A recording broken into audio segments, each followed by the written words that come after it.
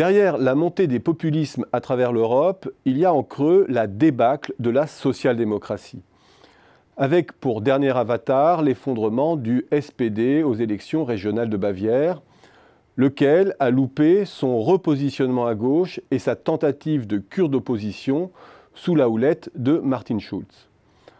En Italie, le Parti démocrate a perdu la moitié de sa base électorale aux dernières élections. En France, le PS, sous la barre des 10%, traverse une crise d'ampleur inédite, ne parvenant plus à faire la grande synthèse fédératrice de la gauche. En Finlande, en Autriche, aux Pays-Bas ou en Grèce et même en Suède, les anciens maîtres du jeu sociodémocrate vivent, élection après élection, une descente aux enfers quand ils n'ont pas été tout simplement rayés de la carte. Ne surnagent que les partis qui ont mis le cap à gauche. Au Royaume-Uni, le Parti travailliste tente d'échapper au naufrage sous la houlette de Jeremy Corbyn en tournant le dos au blairisme.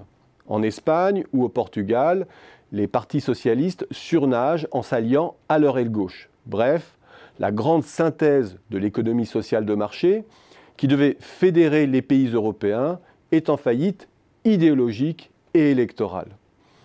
Quelles sont alors les causes de cette grande débâcle? Pourquoi, paradoxalement, la grande contestation de la mondialisation qui monte dans tous les pays ébranle-t-elle davantage la gauche de gouvernement que les partis qui s'étaient fait les champions de l'ultralibéralisme et de l'orthodoxie financière? Il y a d'abord quelques grandes raisons de fond, communes à tous ces partis à travers l'Europe. D'abord, ne l'oublions pas, l'impact de l'effondrement des régimes communistes. La social-démocratie a perdu son aura de contre-feu idéologique, social et démocratique au paradigme marxiste. Et simultanément, les crises à répétition de la mondialisation néolibérale triomphante a affaibli la portée du discours sur l'archaïsme de la gauche historique. Il y a ensuite la perte de crédibilité de la grande synthèse proposée par la social-démocratie. La stratégie tout à la fois adaptative et défensive face à la mondialisation, cherchant à intégrer le choc néolibéral tout en préservant à minima les acquis sociaux. L'espace politique de la gauche gouvernementale n'est plus alors que celui de la correction des failles du grand vilain marché ouvert à tous les vents. C'est la mise en concurrence des personnes, avec les salariés et les migrants du monde entier, plus une dose plus ou moins correctrice de redistribution et de sécurisation des parcours. Plus le principe de précaution en matière d'environnement, de risque bancaire ou de gestion des déficits. C'est en somme la guerre économique, mais avec plus de contraintes pour les agents privés.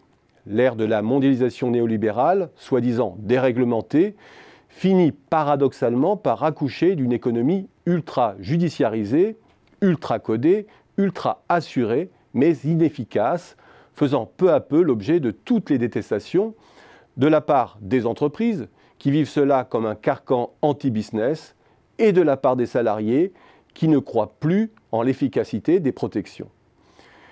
Il y a ensuite le positionnement pro-européen des partis sociodémocrates, coincés par des règles qu'ils ont eux-mêmes contribué à édicter, des règles qui empêchent ces partis de réaliser des projets de transformation sociale.